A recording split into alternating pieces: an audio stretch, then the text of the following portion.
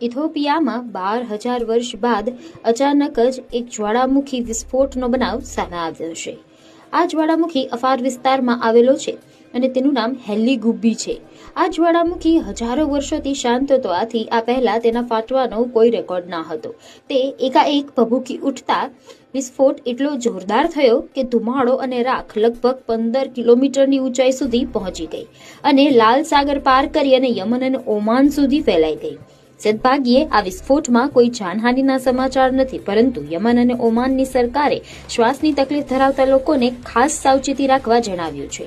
સાથે જ આ જ્વાળામુખી વિસ્ફોટની રાખના વાદળો હવે 25,000 થી 45,000 ફૂટની ઊંચાઈએ પહોંચતા ભારત સુધી આવી ગયા છે અને તેનો મોટો પ્રભાવ ઉત્તર ભારતમાં જોવા મળી રહ્યો છે.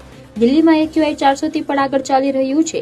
આનંદ વિહાર, એમ્સ અને સફદરજંગ આસપાસ શેરી ધુમ્મસ છવાઈ ગયું છે. દૃશ્યતા ઘટી